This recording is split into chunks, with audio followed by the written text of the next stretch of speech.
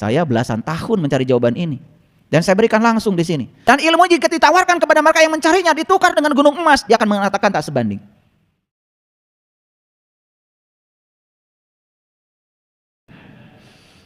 Karena apa? Sudah terbukti kalau makanan-makanan yang mentah, lalap-lalaban itu terbukti tanpa terpengaruh oleh panas api, ternyata itu bisa menimbulkan regenerasi sel. Leluhur kita udah sampai situ. Jadi alam ini sudah memasak matang. Dan setiap yang dimasak oleh alam itu sudah matang.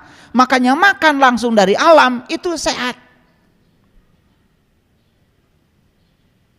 Nah itu ada bangsa yang persis seperti leluhur kita di Priangan ini. Siapa itu? Orang Jepang. Mereka lebih suka makanan yang langsung dari alam, tanpa dimasak. Ternyata itu lebih sehat. Terbukti di Okinawa rata-rata umur orang sana di atas 100 tahun. Jadi yang menentukan umur tuh kita juga sebetulnya, ya. Tergantung cara hidup kita. Nah, kalau hidup sudah sehat kemudian meninggal, ya sudah, itu baru kita berbicara takdir.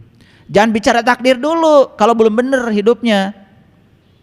Ya. Makan segala, ya, akibatnya apa? Darah kita jadi kotor, kemudian kita sudah takdir. Tidak begitu cara memahami takdir. Ya. Sampai sini ngerti? Mana kuburan? Ini. Kalau ada kuburan, ada yang dikubur dong. Makanya orang Sunda bilang aya kurung, aya kuring. Nah kuring teh nuka kurung. Makanya orang Sunda bilang jisim abdi. Gitu. Jisim itu jasad, abdi itu kuring. Makanya Kira sering mengatakan cekuring oge. Tuh. Tidak pernah mengatakan cekurung oge. Dah kurung mah bukan diri kita. Diri kita yang sebenarnya kuring. Kurung mah anu ngurungan kuring. Itu yang disebut dengan diri sejati. Hebat leluhur kita mah.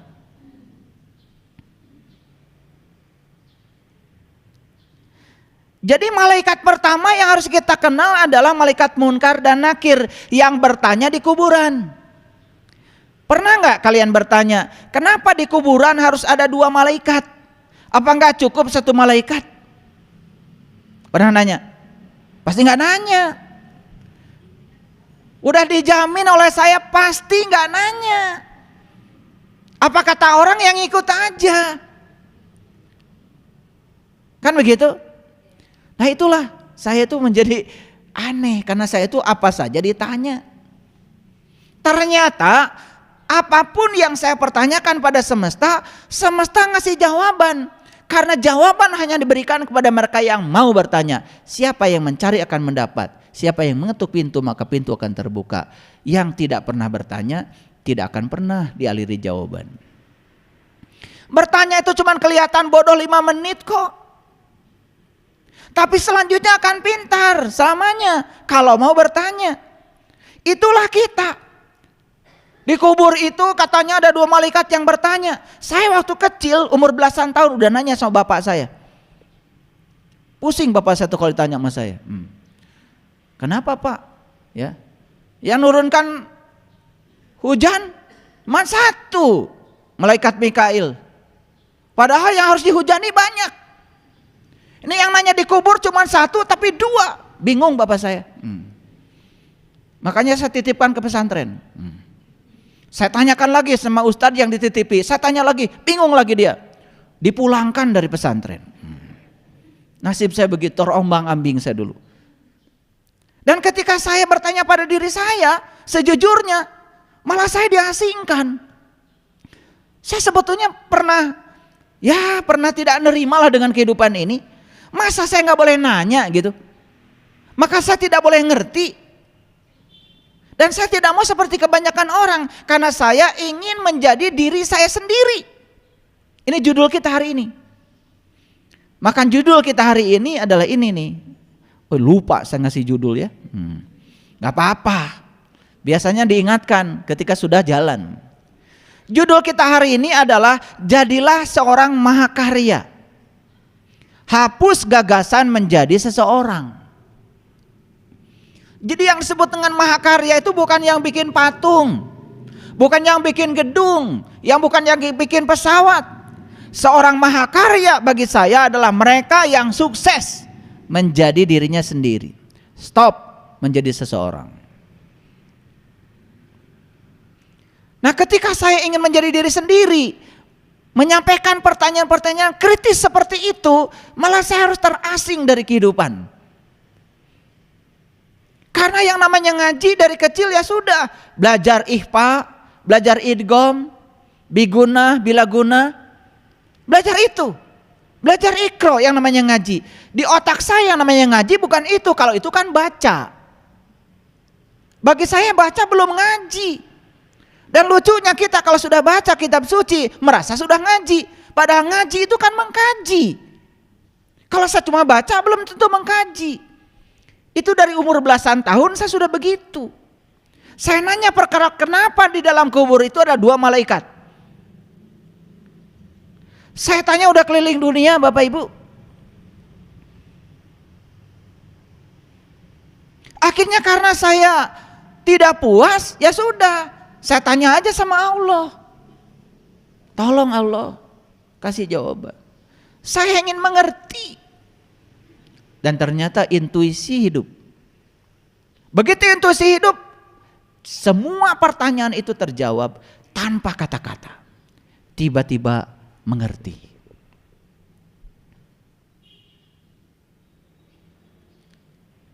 Yang namanya syahadat itu kan 2.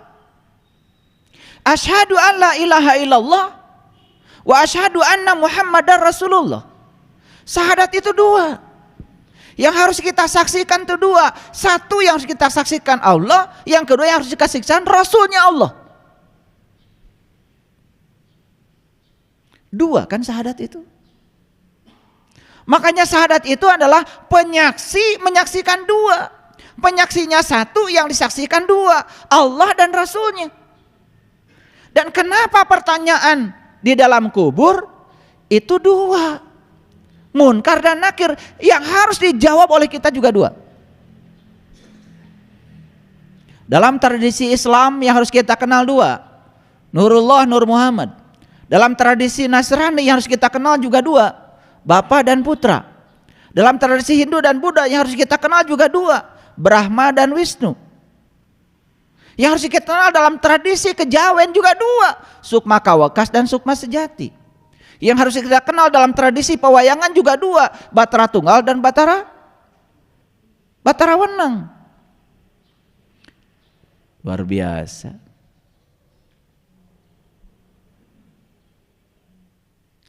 Karena saat Allah meniupkan ruhku ke dalam diri kita itu 3.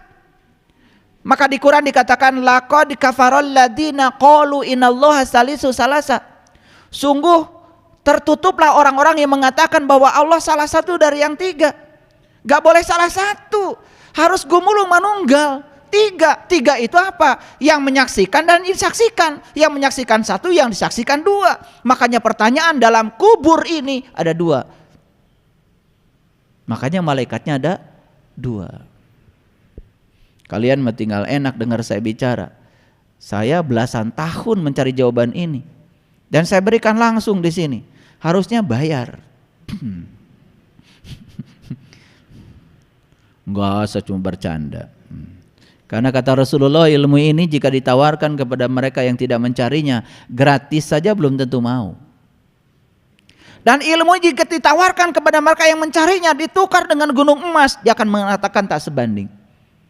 Makanya ada beberapa orang yang baru dibuka mata kalbunya, kemudian bilang sama saya, tidak ada lagi kata-kata yang pantas untuk diucapkan.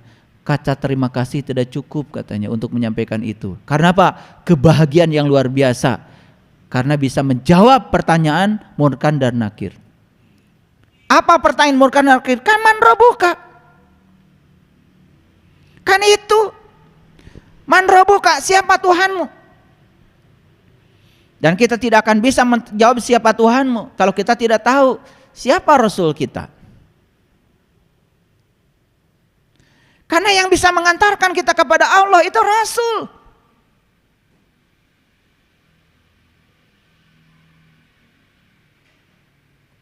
Rasul. Makanya Rasul ada dua, ada Rasul yang syar'i, wujudnya manusia, ada Rasul yang hakiki, wujudnya adalah guru sejati, ada dalam diri kita. Itu adalah usul kita, itu wasilah kita, itu juru selamat kita yang akan mengantarkan kita kepada Allah. Siapa yang diantarkan? Jiwa kita. Siapa yang tuju? Allah kita. Makanya jiwa harus ketemu dengan Sang Maha Jiwa. Jadi sebetulnya kita ini sedang melakukan perjalanan. Syarat untuk melakukan perjalanan jelas. Satu, harus ada jalan. Setuju? Awas, catat. Syarat untuk melakukan perjalanan satu, harus ada jalan.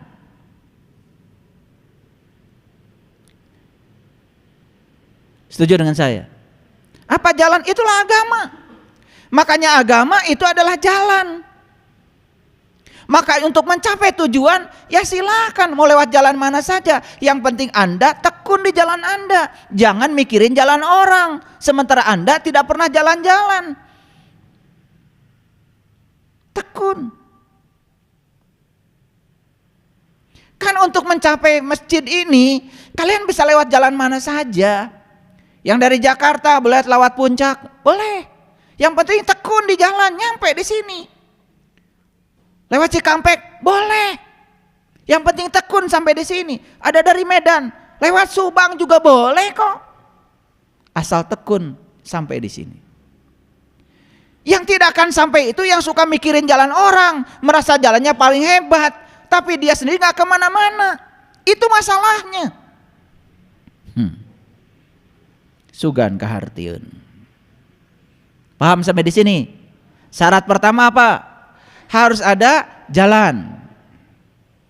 Yo, pinter nggak? Syarat kedua apa? Belum syarat kedua. Syarat pertama bereskan dulu. Jalannya harus bagus. Harus lebar. Betul? Jangan ada hambatan. Jangan banyak bolongnya. Paham? Oke. Syarat yang kedua, tentu saja harus ada kendaraan. Mana kendaraannya? Nih kendaraan. Kendaraan terhebat yang diciptakan semesta untuk kita jalan-jalan mengantarkan sang jiwa kepada Allah adalah tubuh. Ini tubuh, keren. Temukan rahasia tubuh. Makanya di Quran ada doa, ya Allah terima kasih Engkau telah mengajarkan bagaimana cara Engkau untuk mengendarai tubuh ini.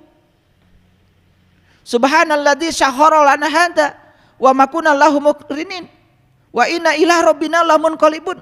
Itu doa diucapkan kalau kita sudah bisa menggunakan kendaraan, bukan bis, bukan Innova, bukan BMW, bukan itu. Kendaraan yang diciptakan semesta adalah ini. Bisa nggak kalian menggunakan ini? Kalau sudah bisa menggunakan kendaraan ini, baru mengucapkan itu. Subhanalladzi syahhara lana hada wa ma kunna lahu muqrinin wa inna ila rabbina lamunqalibun. Kendaraan yang bisa mengantarkan kita kepada Tuhan, itu tujuan kita. Doa itu kalian pakai untuk naik angkot. Emang kalian naik angkot mengendarai sendiri? Kan tidak, duduk. Padahal kata-katanya terima kasih ya Allah, Engkau telah mengajarkan bagaimana cara aku menggunakan kendaraan ini. Cara Allah mengajarkan cara menggunakan kendaraan ini, kita akan dipertemukan dengan seorang guru.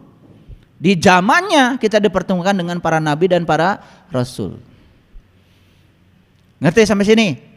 Satu, harus ada apa? Jalan. Dua, harus ada kendaraan. Makanya ini kendaraan jaga. Kalau harus makan Pertamax ya Pertamax. Kalau harus makan Pertamina Dex, Pertamina Dex. Diciptakan untuk Pertamina Dex, makan biosolar. Ya kalau kita salah makan ya hancur tubuh ini. Makanya pelihara. Makan itu harus menggunakan rumus. Rumus makan tuh 3J. 1, jadwalnya harus benar. 2, jenisnya harus tepat. Yang ketiga, jumlahnya harus tahu diri. Jangan mentang-mentang enak nambah terus. Tambah.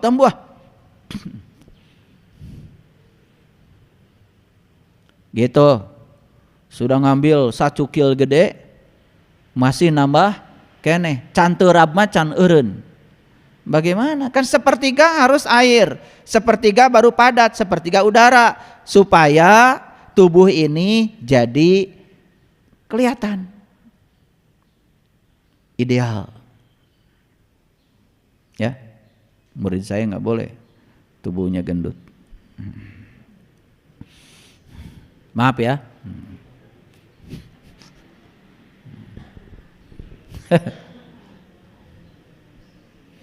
Lanjut dulu.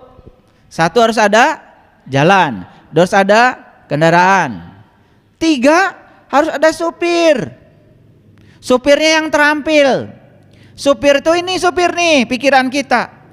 Makanya pikiran itu harus bisa mengingat, memahami, menerapkan, menganalisis, mengevaluasi sampai mensintesa. Itu yang disebut dengan keterampilan kognisi. Dan pikiran ini harus cerdas, harus punya keterampilan solve problem. Oh, supirnya lelet, keburu tabrakan. Makanya kenapa kita banyak tabrakan? Lelet. Cukup nggak supir? Nggak cukup. Ya jelas dong, kalau kita mau jalan-jalan harus ada apa? Harus ada jalan, harus ada kendaraan, harus ada supir. Harus apa lagi? Apalagi? Ya ketika jalan harus ada rambu-rambu lalu lintas. Rambu-rambu disebut petunjuk jalan. Petunjuk jalan dalam bahasa spiritual disebutlah kitab suci. Maka setiap agama punya kitab suci, itu namanya petunjuk jalan. Kan kamu ditanya, apa petunjuk jalanmu? Kitab suci. Ngerti nggak? Ya kalian cuma baca doang, nggak ngerti isinya. Tidak pernah tahu apa yang ditunjukkan oleh kitab suci. Maka di Quran dikatakan alif lam mim zalikal kitab la raiba fi hudan lil muttaqin. Jadi Quran itu akan menjadi petunjuk bagi orang yang bertakwa. Apa artinya takwa? Takwa itu di Quran jelas. Di surat Al-Baqarah ayat 63 dikatakan takwa itu satu, mengambil janji, dua, mengangkat kesadaran, yang ketiga menyaksikan dia yang menunjukkan diri puncak kesadaran. Yang keempat, ingat apa yang ditunjukkan. La'allakum tattaqun, baru takwa. Apa yang takwa kamu lakukan selama ini? Enggak jelas. Takwa itu laku sebetulnya. Laku yang dapat mengantarkan kita liqah kepada Allah, perjumpaan kepada Allah. Itu jelas di Quran. Lanjut dulu. Petunjuk jalannya sudah ada? Ada, cuman kalian enggak ngerti. Makanya sering salah jalan. Makanya nggak nyampe-nyampe. Saya percaya ya kalau baca kitab sucinya udah pada rajin, tapi ngertinya saya ragu. Padahal dikatakan kita sudah merasa ditunjuki jalan kalau sudah mengerti. Itu masalahnya. Sibuk baca sementara tidak mengerti. Lanjut, cukup? Gak cukup. Harus ada orang yang membantu kita memahami petunjuk jalan. Itu yang disebut dengan penuntun jalan. Di zaman Nabi dan Rasul itulah para Rasul. Sekarang kita tidak hidup sejaman dengan beliau. Kita hidup sejaman dengan orang-orang yang hidup bersama kita. Harus ketemu dengan seorang guru yang bisa menunjukkan apa maksudnya petunjuk jalan. Namanya penuntun jalan. Cukup? Belum cukup, jangan ngangguk dulu. Harus bawa bekal. Bawa bekal. Tahu bekalnya apa? Apa? Ilmu. Di Quran jelas, fatazawwadu fa inna khairu zadi taqwa. Berbekalah kamu, sebaiknya bekal adalah takwa. Takwa itu hurufnya ada 4, tawadu, selalu rendah hati. Qof, qanaah, menerima apapun yang terjadi di perjalanan apa adanya, jangan banyak protes. Waro, malu sama Allah, malu sama diri, malu sama sesama. Sehingga punya adab dalam proses berjalan. Yang keempat, alif itu ikhlas. Itu bekalnya. Cukup? Belum cukup. Harus ada penumpangnya. Siapa yang mau dianterin? Siapa penumpangnya? Itulah dirimu, itulah jiwamu, itulah penumpangnya. Sadar nggak? Bahwa hidup adalah perjalanan. Kalau sadar hidup adalah perjalanan, berarti kita harus mencapai tujuan. Tujuan kita mengembalikan sang jiwa yang berasal dari Allah kepada sang maha jiwa untuk memenuhi ayat innalillahi wa inna ilaihi rajiun. Gitu. Makanya malaikat yang harus kita kenal pertama kali adalah malaikat Munkar dan Nakir. Supaya kita ketemu dulu Allahnya, ketemu Rasulnya. Supaya sang jiwa itu tidak berjalan sendiri, ada pendampingnya, ada guru sejatinya yang mendampingi. Insya Allah dalam perjalanan tidak akan salah jalan. Satu. Malaikat yang mana lagi yang harus kita kenal? Yang kedua, malaikat yang kedua yang harus kita kenal adalah malaikat Ijrail. Apa tugasnya? Apa tugasnya? Pada pintar biasanya kalian. Kalau urusan ngapalin kayak gitu-gitu udah keren lah pokoknya. Disangkanya ntar di akhirat mau ditanya gitu ada ujiannya. Siapa malaikat pencabut nyawa? Ijrail gitu. Gitu? Gak penting. Yang paling penting sekarang kita kenal dan ketemu dengan malaikat itu. Kan malaikat saya bilang tadi tekad, karep. Malaikat Ijrail tugasnya apa? Mencabut nyawa. Makanya kata Nabi, mut anta qabla mut. Belajarlah mati sebelum kamu mati. Kata orang tua kita, kamu harus bisa mati sak jroning urip supaya kamu bisa kenal jati dirimu. Harus belajar ilmu sangkan paraning dumadi, ilmu sangkan paran. Dari mana kamu asal, apa tugasmu, setelah ini kamu mau kemana? Untuk bisa menjawab pertanyaan itu, kamu harus berkenalan dengan malaikat Ijrail. Agar kamu bisa belajar mati selagi hidup. Agar bisa mengalami ayat kullun nafsin zaikatul maut. Belajar merasakan mati. Ayo pikirkan kata-kata saya. Belajar merasakan mati pada saat setelah mati atau masih hidup? Masih hidup atuh. Kalau sudah mati, kita tidak akan pernah bisa merasakan rasanya mati. Merasakan rasanya mati harus hidup. Makanya kullu nafsin zaikatul maut, setiap yang bernyawa harus merasakan rasanya mati. Merasakan rasanya mati sekarang mumpung masih hidup. Sok yang waras pikirannya. Orang yang mati tidak akan merasakan mati. Namanya juga mati. Kan merasa itu harus hidup. Ini ngerti nggak saya ngomong? Makanya berkenalan dengan malaikat yang kedua, namanya malaikat Ijrail, supaya kita belajar mati sak jroning urip, supaya kita belajar untuk mematikan diri. Disitulah kita belajar membunuh ego, membunuh keakuan, dan lain sebagainya. Banyak. Kalau sudah berkenalan dengan malaikat Ijrail, apa yang selanjutnya kita harus lakukan? Kita harus berkenalan dengan malaikat Mikail. Tahu malaikat Mikail tugasnya apa? Menurunkan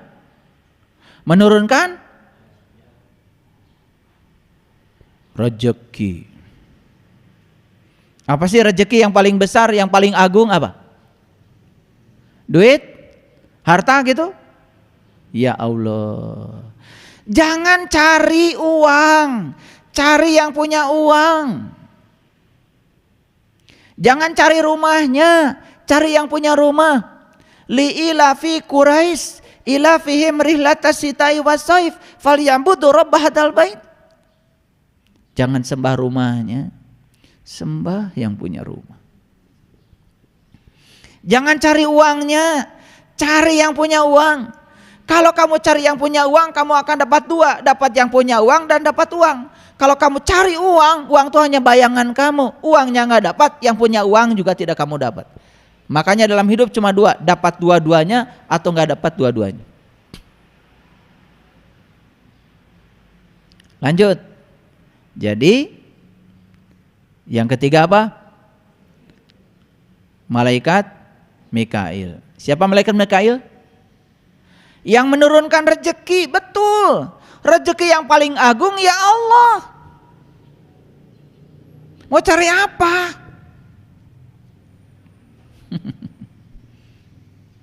Mau cari apa? Maka di Quran dikatakan laisa alaikum junahun antabtagu fadlam mirabbikum. Tidak ada dosa bagi kamu mencari karunia dari Tuhanmu. Karunia dari Tuhan yang paling besar adalah fadlan mirabbikum, keutamaan dari Tuhan. Keutamaan dari Tuhan adalah Tuhan itu sendiri. Itu dulu, bab itu selesaikan. Kalau besok pun harus mati, gak apa-apa. Karena apa? Sudah tahu jalan pulangnya.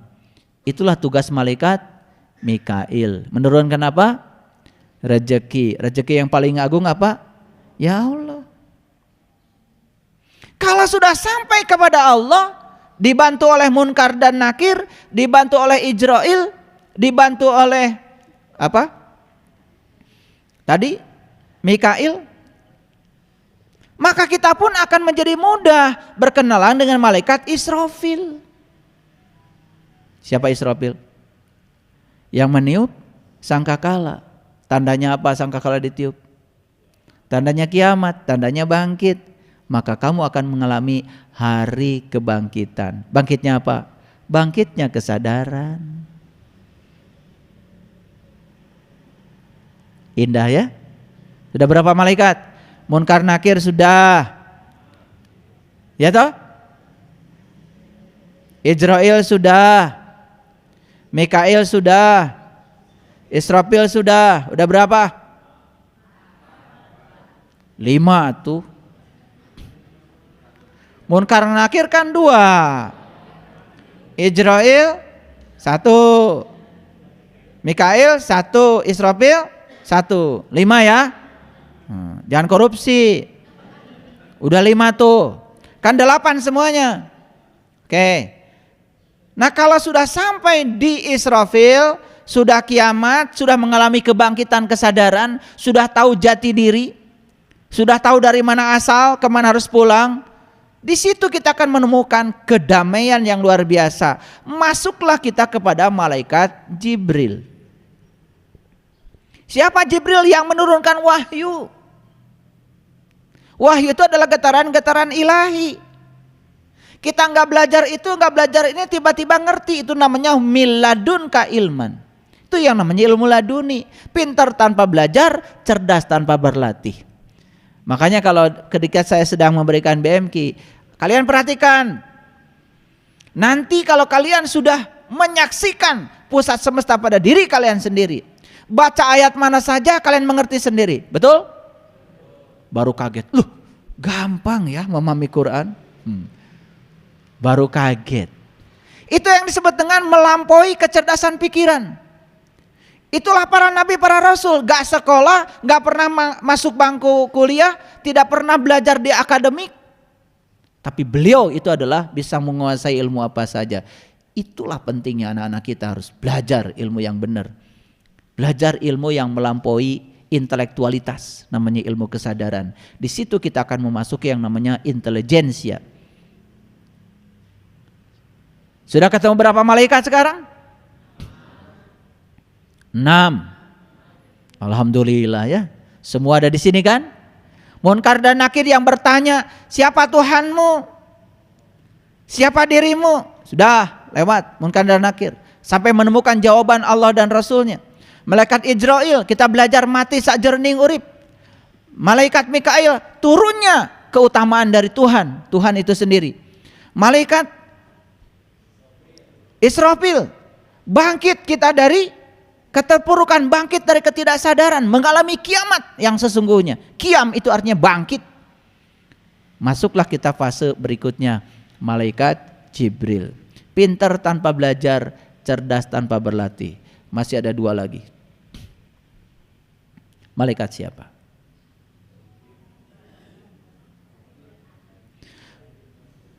Malaikat Ridwan. Siapa malaikat Ridwan? Penjaga pintu surga. Mana surga? Ya ini. Ini mau dipercayakan ke siapa? Kalau dipercayakan pada Ridwan, ridho, apapun yang terjadi ridho, dimarahin orang ridho, duit banyak ridho, kehilangan duit ridho, karena itu punya Allah, tidak pernah merasa kehilangan sesuatu yang bukan milik kita. Hidupnya sudah ridho, apapun yang terjadi menerima apa adanya, bukan ada apanya. Itulah tubuh ini sudah dijaga malak Ridwan, penjaga surga. Jadi surga enggak ini? Jadi surga enggak ini? Kalau sudah jadi surga, apa yang terjadi berikutnya? Kita akan ketemu malaikat Raqib. Siapa Raqib? Pencatat amal baik. Yang dicatat tiap hari amal baik. Bicara menyenangkan. Punya uang berbagi. Rumahnya dikunjungi orang, nyuguhan. Punya kebun, punya ladang, undang orang untuk mereka menikmati berkah semesta. Itu orang yang sudah sampai di Raqib. Yang dia catat setiap hari adalah amal baik, amal baik, amal baik. Tidak ada satu orang pun yang berkurang kebahagiaannya dalam hidup ini. Maka dikatakan di ayat ini, malaikat menjunjung, 8 malaikat menjunjung tinggi aras di atas kepala mereka. Sudah hidup enggak 8 malaikat itu dalam dirimu? Munkar Nakir sudah hidup, Ijrail sudah hidup, Mikail sudah hidup, Israfil sudah hidup, Jibril sudah hidup. Selanjutnya apa? Ridwan hidup, Raqib hidup, 8 malaikat. Lah tekor ada 2 lagi. Yang 2 itu berbahaya, yaitu malaikat Malik, penjaga pintu neraka. Silahkan serahkan tubuhmu pada malaikat Malik. Malik itu milik, milik itu aku. Kamu akan menjadi orang yang tersinggungan, gampang marah, gampang terbakar, gampang terkena hoax, gampang sakit kepala, gampang pusing, kunang-kunang, cara rangkel, segala di pikiran. Nah itu, terhina sedikit, pencemaran nama baik, lapor. Ya itu tuh si Malik tuh. Percayakan dirimu pada Malik. Malik tuh milik, milik tuh aku tuh kepunyaan.